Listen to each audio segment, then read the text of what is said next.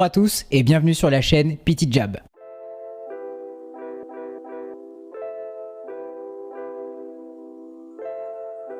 Petit Jab est un groupe de travail réunissant plusieurs professionnels de santé. Nous sommes majoritairement des kinésithérapeutes, mais nous avons la volonté d'être rejoints par d'autres professionnels de la santé en France. Aujourd'hui, nous avons deux objectifs principaux. D'une part, faciliter la transmission de la science vers les professionnels cliniciens. D'autre part, faciliter la compréhension de la médecine pour le grand public. Pour tout découvrir, n'hésitez pas à cliquer sur le lien qui s'affiche Et à suivre notre prochaine vidéo. N'oubliez pas de vous abonner à notre chaîne YouTube ainsi que sur nos différents réseaux sociaux. Et à bientôt sur Petit Jab.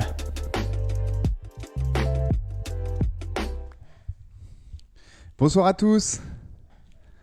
Bonsoir à tous les jabbers ici présents ce soir. J'ai vu déjà Dave Dezad. Est-ce qu'on m'entend ? On m'entend bien. N'oubliez pas que là, ces derniers temps, nous avons les petits problèmes de micro qui fait que c'est vous qui devez nous donner le retour pour savoir si vous nous entendez bien. Tout à fait, tout à fait. J'espère que vous allez bien, ça fait très plaisir de vous retrouver ce soir. Je suis comme d'habitude heureux d'être présent sur ce petit plateau. On remercie encore PSL, le cabinet à Levallois, de nous accueillir pour ce petit studio. Ce soir on tente aussi, peut-être qu'il y a des gens qui nous verront et qui nous suivront sur Instagram. Je ne sais pas trop si ça va marcher ou pas. On tente un live Instagram en même temps. Donc n'hésitez pas, si vous êtes à un moment donné sur le live Instagram, on ne va pas pouvoir non plus prendre les questions du live Instagram, ça n'aura pas ce retour-là. Donc on vous réorientera tranquillement sur le live de Twitch pour pouvoir vous retrouver et avoir les questions. Est-ce que ça marche ? Ça marche, très bien. Bonjour Dave Dezad, comment ça va ? Bonjour Tripto, comment allez-vous ? Je suis très heureux aujourd'hui d'accueillir du coup Benoît, que vous connaissez très bien, que vous avez l'habitude de voir avec nous. Comment vas-tu Benoît aujourd'hui ? Ça va bien, tranquille. La forme ? La grande forme. Prêt pour ton marathon ? Et plus que 2 semaines, donc ça va être très proche. Et prêt, je sais pas, mais on croise les doigts. En tout cas, en tout cas, tu continues à t'entraîner quoi. Il faut savoir que Benoît sort quand même des petits problèmes d'entraînement, c'est-à-dire qu'il n'a pas couru pendant un mois à cause de petites douleurs. Petite douleur. Et vous pouvez retrouver du coup aussi sur nos réseaux, n'oubliez pas la petite série que Benoît a fait qui s'appelle Objectif 3h30 et qui vous donne pas mal de tips sur la course à pied et qui vous permettra d'apprendre pas mal de choses. Il débunk beaucoup de mythes. Merci à toi Benoît pour tout ça. Et on accueille donc ce soir Anthony Desmond qui est donc kinésithérapeute aussi. On a à avoir une petite diapo pour te présenter. Et tu vas pouvoir nous donner un petit peu ton parcours, qui tu es, et qu'est-ce qui a fait que du coup aujourd'hui on parle avec toi de maux de tête du coup. Bonsoir à toutes et à tous. Déjà, merci pour l'invitation. C'est cool de visiter aussi SCAB à Levallois-Perret. Et merci à vous deux de m'inviter ce soir. Avec plaisir, très grand plaisir. Pour mon parcours, en gros, pour faire bref, je suis kiné, donc diplômé depuis 2011 de l'école de kiné d'Orléans. D'accord. Et au début, j'étais pas du tout amené à voir de patients qui consultaient pour des maux de tête. Mais très vite, en fait, c'était plutôt les patients qui avaient des douleurs persistantes, donc qui déjà dataient depuis un petit moment, que je voyais de plus en plus au cabinet, que ce soit à Montpellier, puis ensuite je suis venu m'installer à Paris. Et progressivement, j'ai commencé à collaborer en fait avec des neurologues qui exerçaient dans un hôpital, puis ensuite dans plusieurs hôpitaux, puis ensuite en ville. Ouais. Et au fur et à mesure, en fait, la prise en charge des céphalées, ça m'a intéressé de plus en plus. Ok. Et j'ai commencé à faire aussi de la recherche dans le cadre de mon doctorat en parallèle dessus et de spécialiser progressivement ma pratique. Et donc maintenant, j'ai à peu près 80%, je pense, de mes patients qui consultent pour des céphalées. En gros. Ok, 80%. Et du coup, tu as des gens qui viennent de loin pour les céphalées pour te voir ? Alors, comme malheureusement, semble-t-il, on est peu nombreux à prendre en charge des patients avec des céphalées, ou en tout cas à être étiquetés pour ça.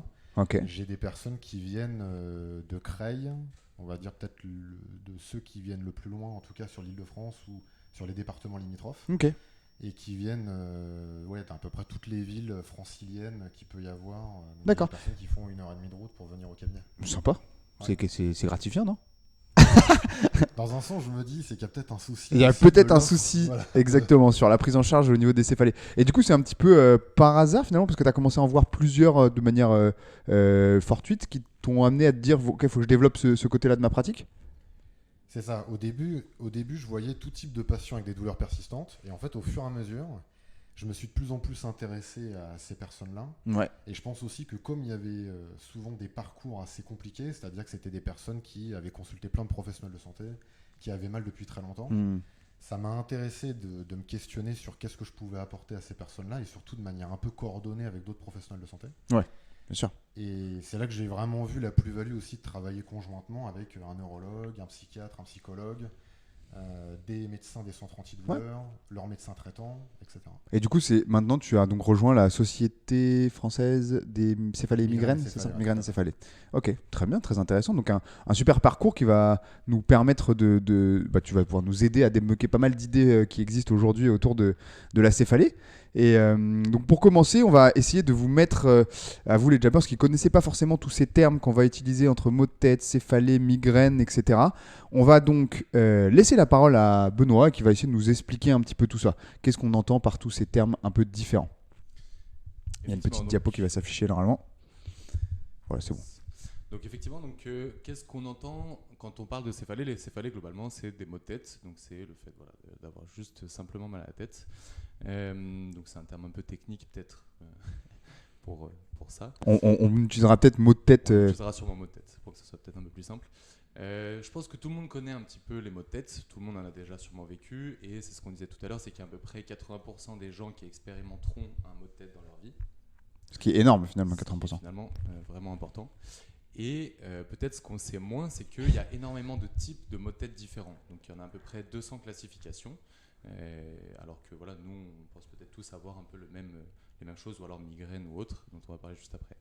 Donc dans ces différentes classifications, il y a 3 grands types qui ressortent. On a des maux de tête qu'on appelle primaires, et donc c'est des maux de tête pour lesquels il n'y a pas de pathologie entraînant la douleur. Donc c'est-à-dire qu'il n'y a pas une cause secondaire entraînant le maux de tête.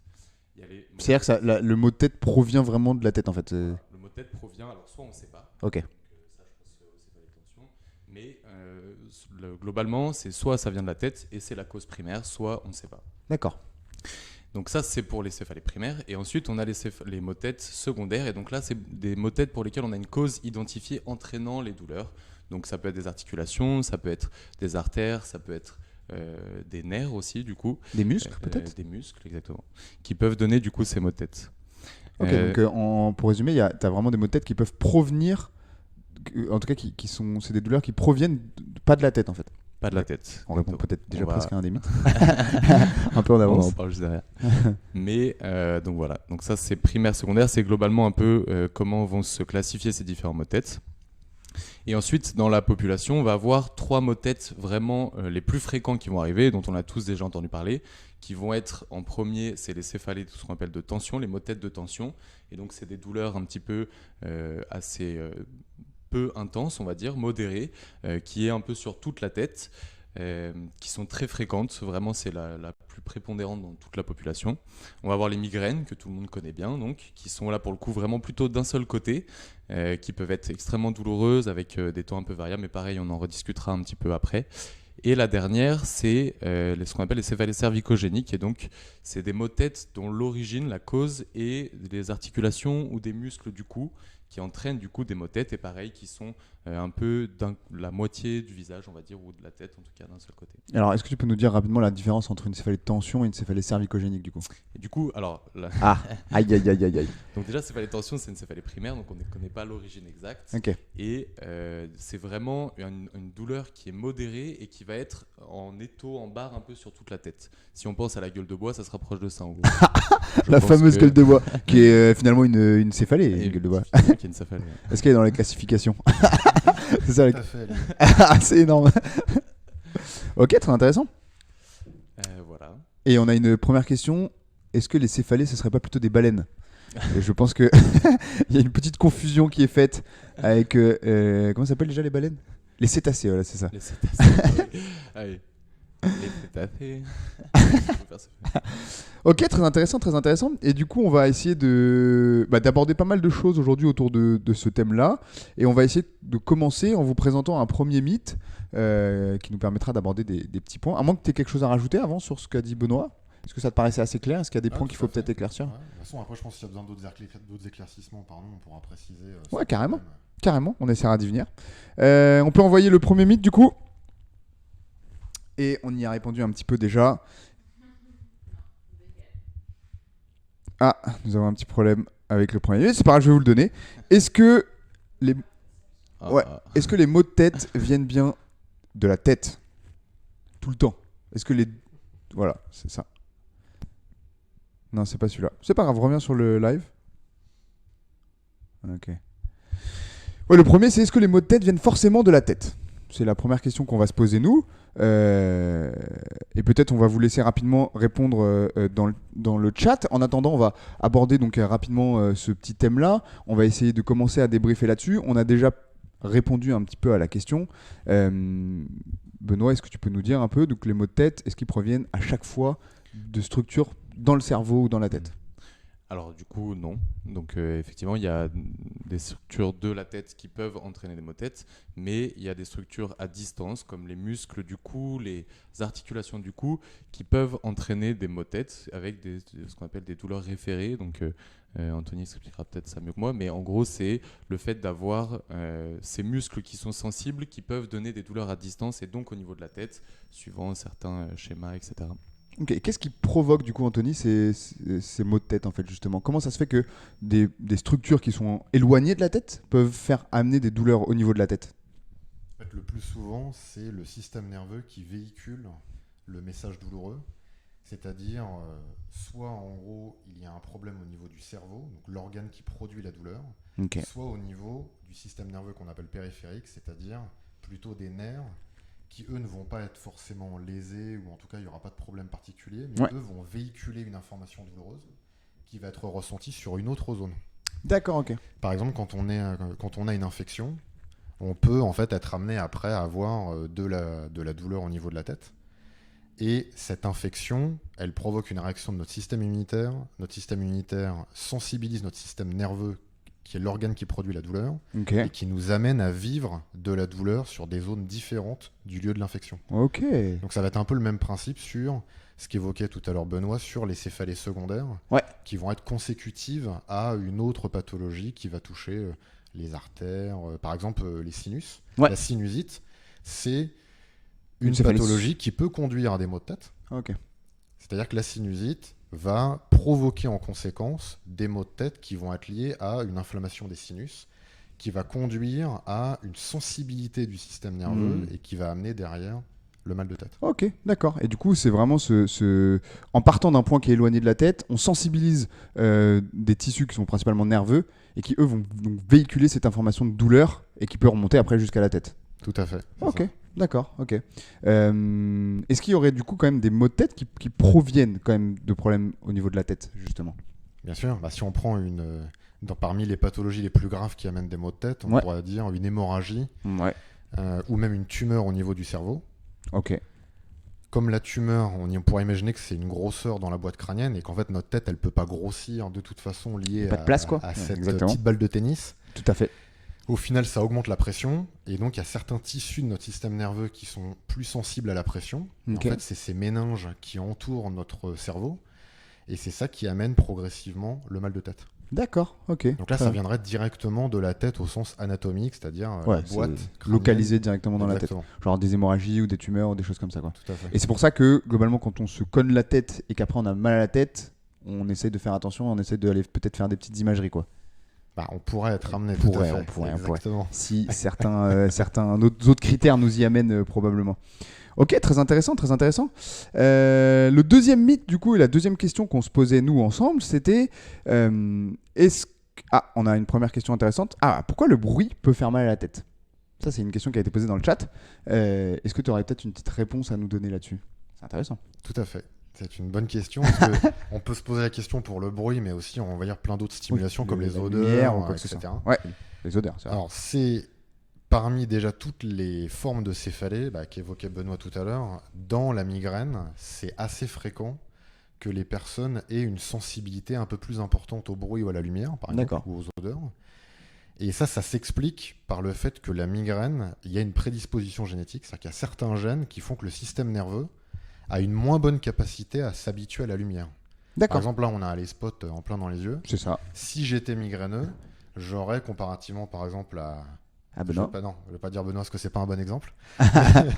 Comme je connais son histoire, c'est que la lumière, on va dire que mon cerveau aurait une moins bonne capacité à tolérer ce niveau de stimulation et donc entraînerait derrière une gêne que je ressentirais comme désagréable, plus importante qu'une personne qui ne sera pas migraineuse. Ok. Et il y a d'autres formes de céphalée, et de maux de tête qui amènent ce type de sensibilité à la lumière. D'accord.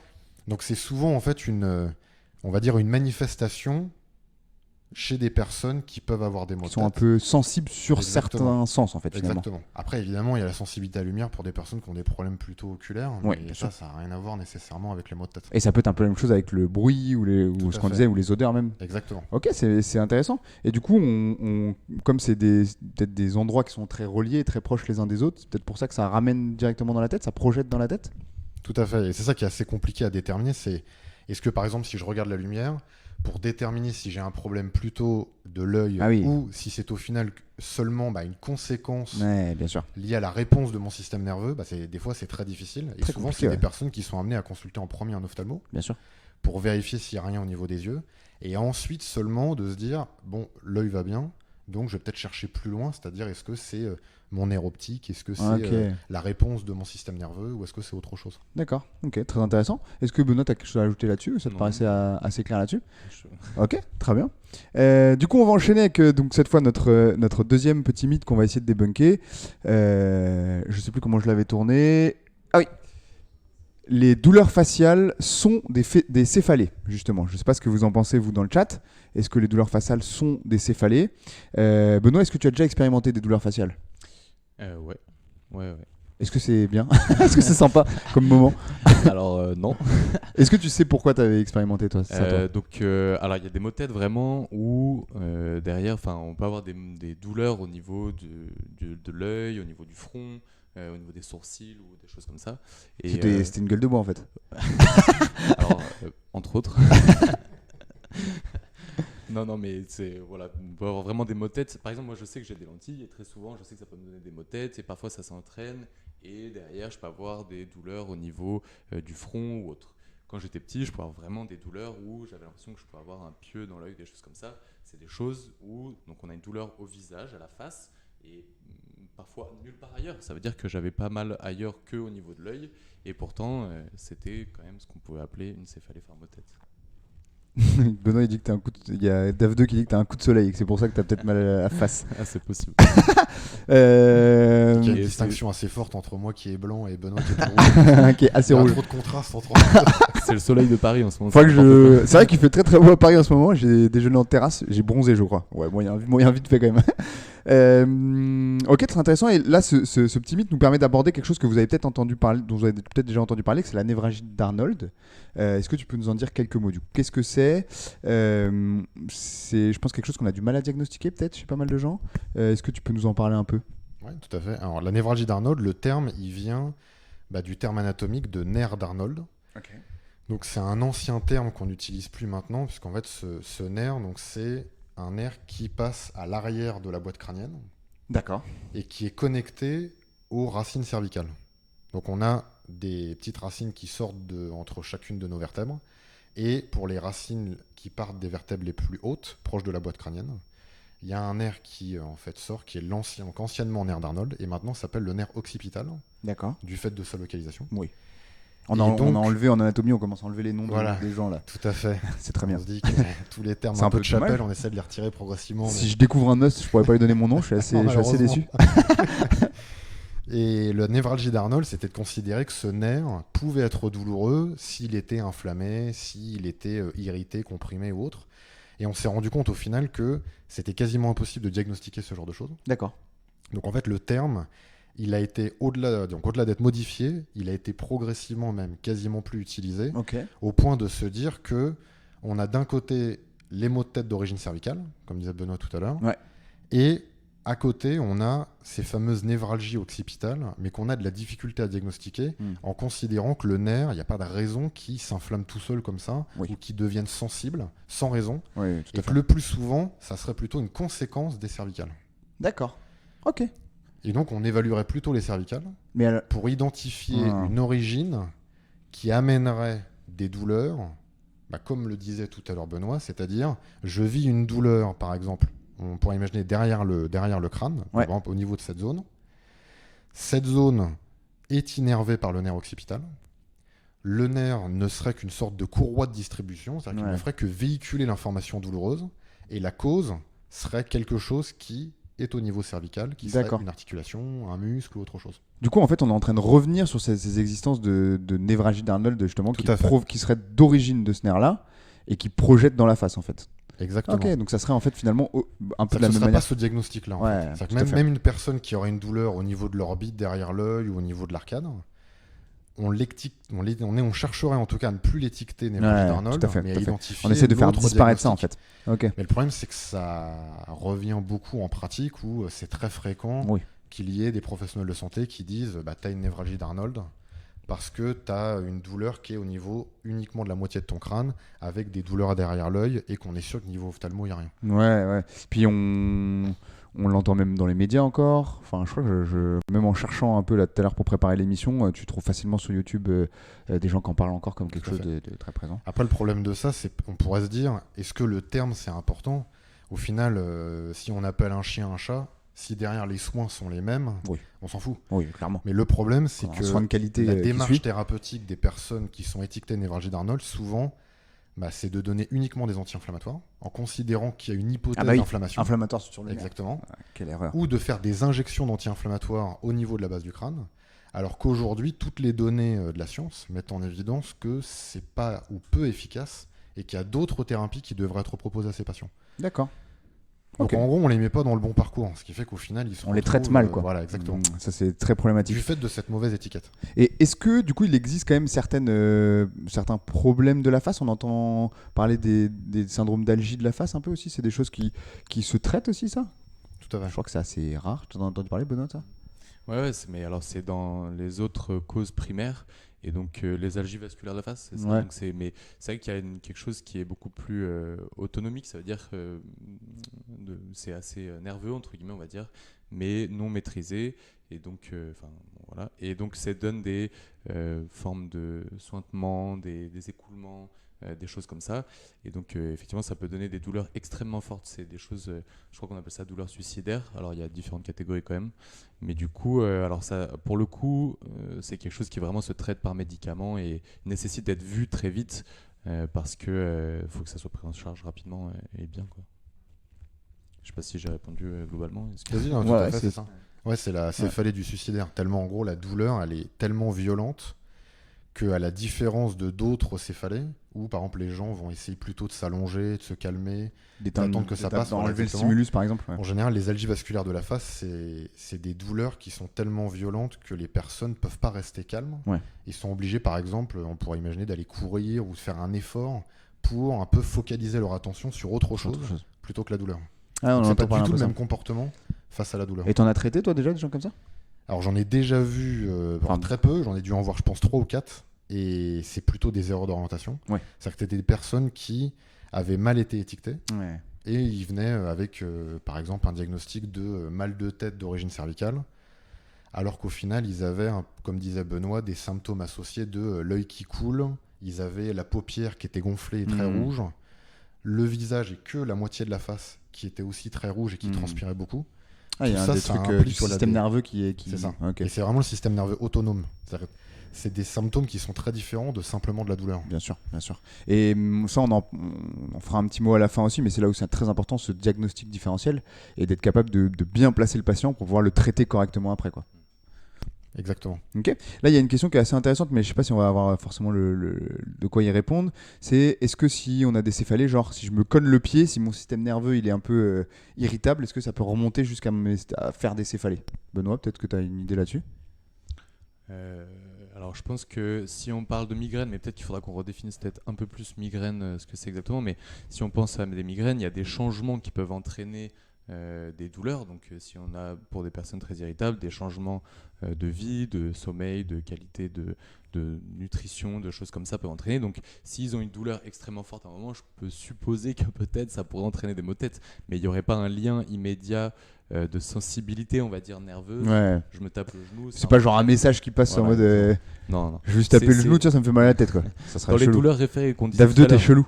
Mais je pense que c'est l'idée des douleurs référées, c'est-à-dire que du coup le système nerveux, en fait, quand sur cette notion de douleur référée, c'est plutôt quand même assez local. Ça veut dire que c'est des douleurs au niveau du cou qui vont sensibiliser les nerfs proches de ça et qui peuvent du coup donner des informations au niveau de la tête.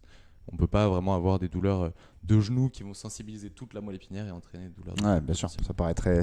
Heureusement, En fait, je veux dire. la seule situation, je pense, c'est quand il y a ce qu'on appelle une sensibilisation centrale. Par exemple, chez exactement. des personnes qui ont une fibromyalgie, Tout à fait, par exemple. où là, évidemment, le système nerveux il est tellement sensibilisé sur l'ensemble du corps que ça pourrait amener d'autres types de symptômes. Ouais. Mais c'est des cas plus particuliers.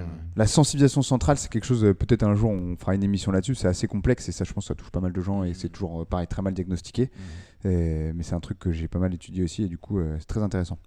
Le prochain mythe qu'on a, du coup, c'est le troisième mythe. Ah oui, bien évidemment, un mythe très intéressant et je pense que là, on va rejoindre un peu ce qu'on disait sur le traitement. Est-ce que toutes les céphalées se soignent grâce à des médicaments ? Est-ce qu'elles nécessitent des médicaments ? Alors, est-ce que tu peux nous dire un petit peu ce que tu en penses de ça ? Donc on peut évidemment penser à ce genre de choses Ouais, dans clairement, un premier temps. Je pense que c'est dans de la population, alors à je fait. connais pas pour l'instant, mais française, ça a d'être le premier réflexe, j'ai une céphalée, je prends mon petit Doliprane et C'est ça. Inch'Allah on voit ce qui se passe quoi. Parce qu'on considère que la céphalée, c'est le mal de tête un peu commun que tout le monde peut avoir. Ouais. Donc le premier réflexe, c'est de prendre un médicament, quoi. Tout à fait. Mais ça sous-entend évidemment de distinguer la céphalée en tant que symptôme et la céphalée quand elle commence à s'installer. Bien sûr. Et que là, il y a besoin éventuellement d'autres traitements. Et au final, dans toutes les céphalées, si on reprend les plus prévalentes que disait Benoît tout à l'heure, donc céphalée de tension, migraine, céphalée d'origine cervicale. Ouais. Pour les trois, il peut y avoir des traitements non médicamenteux efficaces qui soit viennent en première intention, donc avant les traitements médicamenteux. C'est-à-dire qu'ils ont montré une meilleure efficacité ? Ouais. Ok. Par exemple, pour les céphalées d'origine cervicale. Oui. Donc ça paraît assez logique. Oui. Et pour les migraines et céphalées de tension, c'est des traitements complémentaires qui viennent au final compléter, on va dire pour des objectifs différents en tout cas, mais qui participent au traitement. Et par exemple pour la céphalée de tension, Ouais. le niveau d'épreuve des médicaments, il est très bas. Ok. Le niveau des traitements non médicamenteux, il est très bas aussi, mais ils sont équivalents. Ok. Donc peut-être il y a moins de risques à un traitement non médicamenteux. En Exactement, général c'est exactement. souvent le cas. Et comme souvent sur la c'est des balance céphalées du un peu modérées, les gens ont plus envie de se dire je vais pas un peu m'abrutir avec des traitements Bien médicamenteux qui vont me donner des effets indésirables. C'est pas très à la Donc mode je les vais plutôt médicaments. je pense. rechercher, voilà, c'est ça, plutôt des traitements non médicamenteux, que ce soit de la kiné ou d'autres types de traitements Ouais. au final. Et alors qu'est-ce qui fait à ton avis qu'en ce moment on est amené à peut-être mal diagnostiquer en tout cas ou avoir des médecins qui prescrivent à travers des médicaments pour les céphalées ? Je pense que le gros problème, c'est la formation, de toute façon, et c'est valable pour toutes les professions de santé. C'est-à-dire que autant les neurologues, c'est un peu le professionnel standard de référence dans la prise en charge des céphalées. Ouais. Exactement. Ce qui fait que eux, dans leur formation, ils ont des heures de prévues sur la théorie et la pratique pour évaluer, traiter, même s'ils ne voient quasiment pas les traitements non médicamenteux. Donc eux, ils sont très ciblés sur les médicaments. D'accord. Donc déjà, ils sont moins habitués aussi à orienter des patients vers des prises en charge non médicamenteuses, Ouais. du fait Ok. de leur formation. Ok. Et après, toutes les autres professions de santé n'ont quasiment pas, voire pas du tout, d'enseignement sur les céphalées. Ouais, bah faut être honnête, moi j'en ai pas eu à l'école. Hein. Ah bah, moi non plus, ouais, pareil. On a vraiment pas eu à l'école. Hein. On essaye de développer ça avec Benoît dans l'école dans laquelle on enseigne, de voir si on peut pas essayer au moins faire des initiations et en parler pour que essayer de changer un petit peu ça. Mais en effet, je pense que dans l'éducation, ça serait pas mal si ça change un peu. Quoi. Surtout pour les médecins généralistes qui sont au final Ouais. la première porte d'entrée clairement. Hein. du parcours. Parce Ouais, qu'après, tout à fait. tout est conditionné en fonction des premiers professionnels qu'on rencontre. Ouais, carrément. Et puis, l'idée, c'est nous aussi, avec ce qu'on sait, c'est aussi d'en parler aux patients, de les éduquer à ça pour qu'eux, ils puissent peut-être en parler un peu autour d'eux. Et je pense qu'on a une grande marge de manœuvre aussi avec ça de notre côté. Quoi. Ouais, tout à fait. Très intéressant, très intéressant. On a une petite question. Est-ce que c'est une question intéressante ? Ah, faut juste reboire pour que ça passe, on me dit. Oui, c'est ça. En général, tu rebois, après ça va mieux, clairement. Alors, est-ce qu'on peut avoir des prescriptions jusque de la morphine ou même maintenant du cannabis ? Ah, c'est une bonne question. Alors, de la morphine, oui. Ouais. Alors, évidemment, c'est des traitements comme le cannabis. Bonjour, qui Tétherpathe. sont, Bonjour. Le cannabis, c'est expérimental, donc c'est certains centres antidouleurs qui peuvent le Ouais, qu'ils prescrire. le mettent en place, ouais. Ça Exact. commence à arriver quand même. Et la morphine, c'est dépendant, donc c'est déjà du profil de la personne et de sa pathologie. Ouais. Et ensuite, derrière, pareil, c'est un traitement qui peut être prescrit par des médecins hospitaliers. Ok. Ça peut pas être par de la médecine En de ville. médecine de ville, ouais. Ouais, c'est un peu comme le Botox. Ouais. Même principe pour l'instant, l'accord par l'assurance maladie, il n'a été donné que pour des médecins hospitaliers qui ont fait la formation et D'accord. pas par des médecins de ville. Donc Ok. on ne peut pas recevoir une injection de Botox si on a une migraine chronique dans un cabinet, je sais pas, d'un neurologue. Parce que le Botox fait partie du traitement ? Ouais. De la migraine ? Tout à fait. Ah bah ça, je n'avais aucune idée, tiens. Je crois que ça soignait d'autres choses, moi, ça. C'est une question de dosage. Tu vois. Enfin, Ça je peut demande, faire double effet en même temps. C'est que ma grand-mère, elle doit avoir des migraines, je pense. Je pense que ma grand-mère a des migraines, du coup. Il y en a beaucoup qui vont en avoir maintenant, en tout cas. Ouais, c'est ça. T'inquiète, on travaille à remplacer le médecin par une montre Wheezing. Ok, pas de problème de diagnostic. Merci Dev2, c'est très bien. Ok, on va enchaîner avec le prochain mythe, qui est un mythe aussi assez intéressant et qu'on a discuté, on l'a ajouté un peu au dernier moment. C'est les femmes développent plus de céphalées, plus de douleurs de tête. Je sais pas ce que vous en pensez. Je sais pas si vous dans le chat, les femmes ont eu plus mal à la tête que les hommes. Je n'ai aucune idée. Est-ce que peut-être tu peux nous dire du coup un peu pourquoi on pense des choses comme ça? Qu'est-ce qui paraît expliquer ce genre de mythe un peu? Je pense qu'il y a deux choses. La première, c'est la représentation un peu dans notre société qu'on a de la femme, Ouais. qui amène au-delà même, donc homme-femme, c'est aussi même en fonction des âges, c'est de prendre en considération la plainte de la personne. Et il y a beaucoup d'études maintenant, donc plutôt sociologiques, Ouais. qui ont mis en évidence que la plainte d'une femme est moins bien prise en compte par un professionnel de santé Ouais. que si la plainte est équivalente, mais dite par un homme. Ce qui veut Extraordinaire, dire qu'il y aura plutôt une tendance à dire que la plainte, elle va être minimisée par le professionnel de santé. Et donc derrière, il y aura moins de traitements mis en place. Donc au final, probablement, si on suit un peu les recommandations de bonne pratique en termes de traitement, la personne, elle aura une moins bonne qualité de soins parce que c'est une femme et que c'est lié à la représentation un peu que beaucoup de professionnels de santé implicitement peuvent avoir. Peuvent se faire. Exactement. C'est assez terrible en vrai. Et donc ça joue déjà sur la qualité des soins. Et probablement, ça joue aussi sur les données qu'on a en considérant qu'il y a plus de femmes migraineuses que d'hommes migraineux, qu'il y a plus de femmes avec des céphalées de tension que d'hommes. Mais en fait, toutes ces données peuvent être évidemment biaisées en fonction de Si on réfléchit un peu à est-ce notre que je vais société, quoi. consulter pour mes céphalées. Ouais. Et on pourrait se dire aussi que dans notre société où il y a encore une mauvaise répartition des tâches, de la charge mentale dans, on va dire, un foyer, la femme serait amenée à moins consulter pour ses céphalées qu'un homme. Donc, ça viendrait moins se plaindre. Ouais. Donc, ça joue aussi de toute façon sur les données qu'on a en considérant qu'il y a une proportion importante. En fait, ça se trouve, elle est beaucoup plus importante. Est-ce que c'est quelque chose que tu vas, par exemple, toi, dans ta pratique, ressentir au quotidien, cette minimisation peut-être des symptômes que peuvent avoir des femmes au niveau de des douleurs de tête ou au niveau de la prise en charge que tu as pu voir du parcours de soins? En fait, c'est un retour que j'ai l'impression d'avoir eu beaucoup de la part de patientes comparativement à des patients. C'est-à-dire que j'ai beaucoup de femmes qui me disent, et particulièrement quand elles ont des maux de tête persistants qui s'installent dans le temps, qui me disent, j'ai entendu plein de fois des professionnels de santé qui m'ont dit que j'étais trop stressé, que pour X raisons, évidemment, pour des raisons liées à la gestion des enfants, le du fait que ça soit travail, une femme, tout quoi. ça, voilà, exactement. Franchement, ça me rend Et fou. j'entends beaucoup moins, évidemment, ce discours-là, ou en tout cas, c'est moins répété par une quantité importante de professionnels de santé chez des hommes. Clairement. Donc c'est plus cet aspect-là qui m'indique que probablement il y a un petit souci de genre dans la manière de gérer la prise en charge d'un patient. Ouais, carrément un souci, je pense, à mon avis. Tout à Mais fait. je pense que ça l'est. En plus, là, on en parle avec les céphalées, mais à mon avis, ça doit aussi arriver peut-être dans d'autres types de pathologies, quoi. Ouais, Bien évidemment. Ok, très intéressant, très intéressant. On va enchaîner avec du coup notre 5e mythe. Ouais, c'est ça. On va laisser peut-être un petit peu la parole à Benoît sur ce mythe-là. Est-ce que les nourrissons peuvent développer, les enfants, des céphalées? C'est un très bon mythe quand même. En attendant, on a quand même Dev2 qui nous dit que c'est normal, les femmes elles font que se plaindre. Voilà. À cause de toi, on a des problèmes après. Des problèmes d'épidémiologie. Pourtant, tu connais l'épidémiologie normalement. Tu es presque un épidémiologiste, toi. Terrible. Alors, est-ce que les nourrissons peuvent avoir des céphalées? Et donc, alors la réponse est oui, mais je ne vais pas pouvoir en dire grand-chose de plus. Oui, ils peuvent. Ouais, c'est ça, ils peuvent, tout à fait. Récupérer le bon sais. mythe, je crois. Ouais, vraiment. Alors, Je t'ai donné vraiment le pire. C'était vraiment le pire. J'en ai jamais vu, en tout cas. Et donc, je pense qu'on va laisser Anthony répondre. Mais je pense qu'il y a probablement encore un vrai problème de diagnostic aussi. Enfin, genre, clairement. Comment on peut diagnostiquer ça? Alors, des nourrissons, j'en ai jamais vu non plus. Ouais. Mais par contre, j'ai déjà eu des Kirikou, enfants. Kirikou de moi. Putain, j'ai trop mal à la tête aujourd'hui. Je crois que c'est la caisse d'hier là. Le manioc là, il m'a kill la tête. Ça peut être que lui. Il y a que lui qui peut faire des céphalées si jeunes. Donc, pour en venir à notre sérieux. Donc en effet, je n'ai pas encore eu Kirikou en consultation, mais ça va peut-être venir à un moment donné. Ouais. Peut-être qu'il nous entend tout de suite. Là. Par contre, même pour les enfants, c'est un peu le même principe.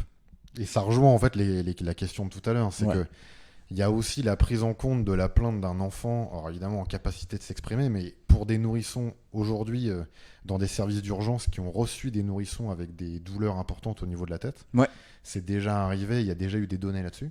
Mais comment ils savent que c'est au niveau de la tête qu'il y a des douleurs? C'est compliqué, non? En vrai. Alors, la difficulté, c'est que souvent, c'est des céphalées plutôt secondaires, donc des maux de tête qui seraient consécutifs à une pathologie au niveau du crâne. D'accord, ok. Et évidemment, il n'y a aucun moyen d'expression particulier, en tout cas pas verbaux comme on a tendance à avoir, mais par d'autres manifestations. Ok. C'est un peu comme dans des services de réa où on a des évaluations qui permettent de déterminer si la personne a des douleurs, mais c'est lié à d'autres manifestations physiques.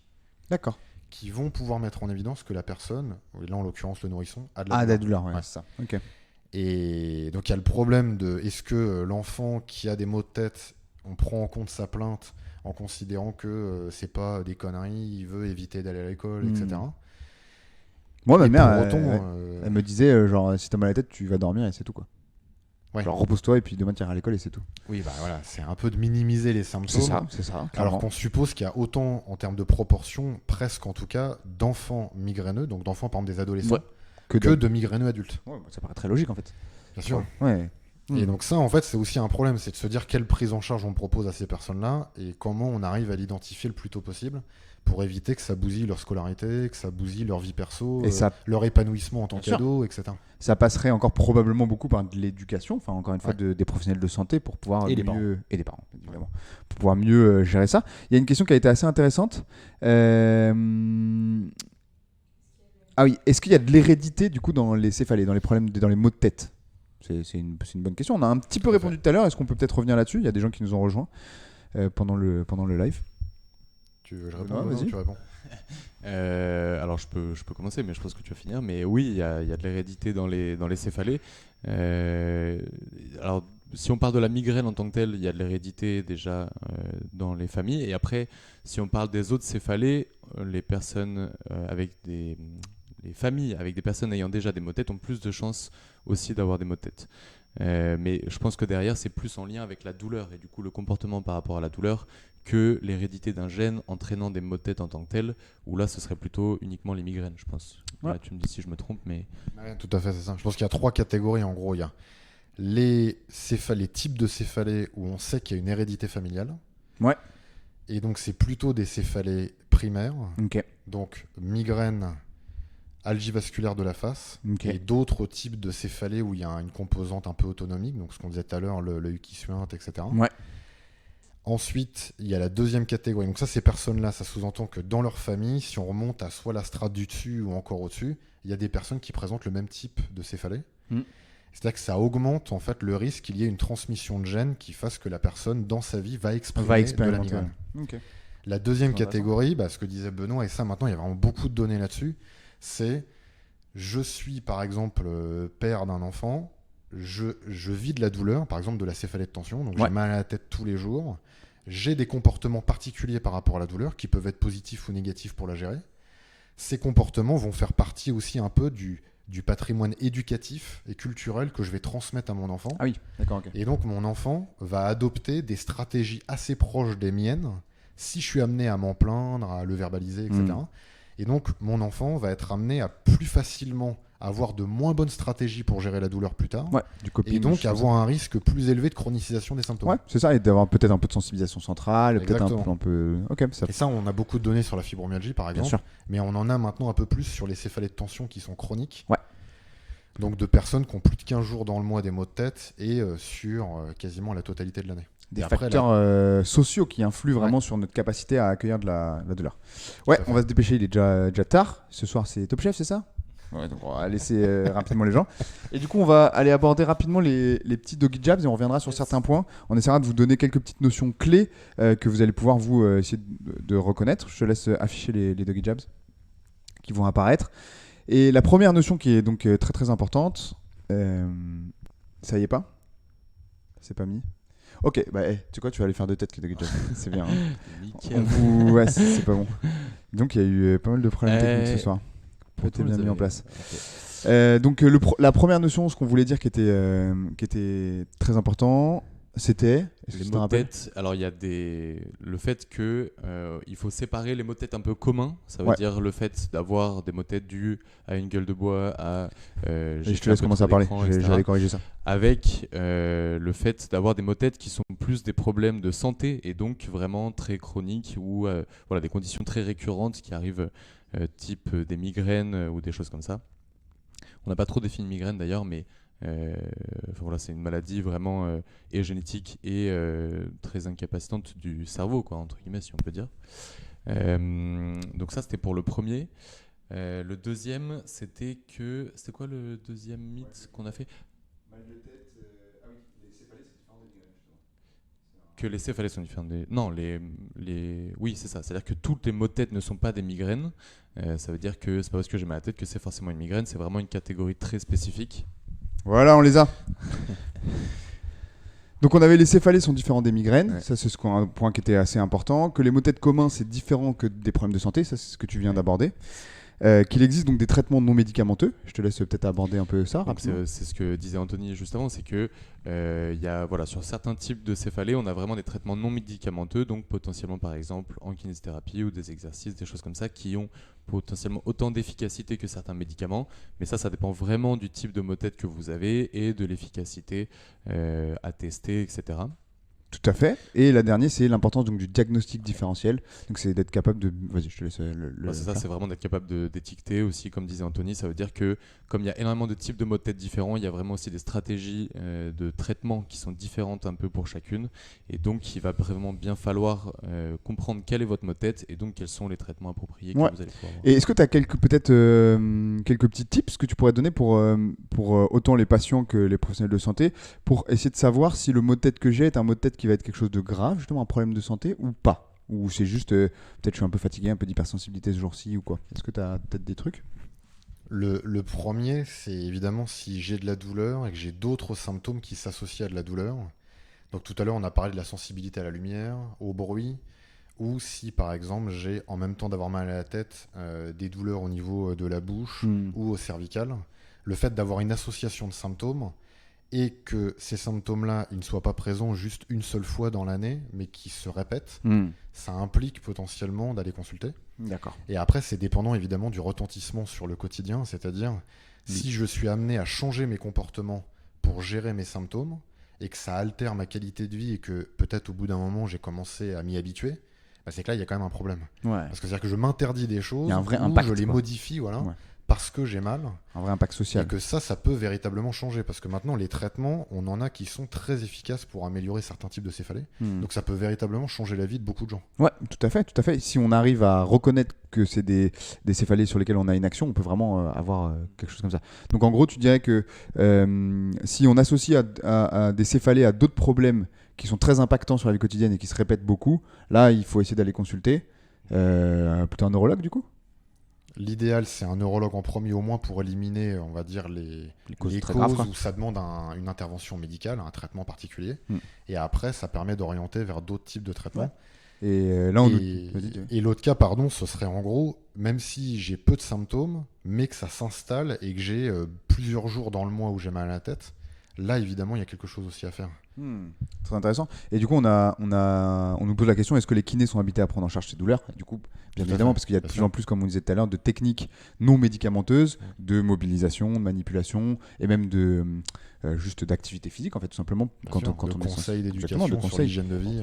qui peuvent être mis en place, et que du coup, on fait partie des professions qui sont en première ligne, finalement, face à ce genre de pathologie.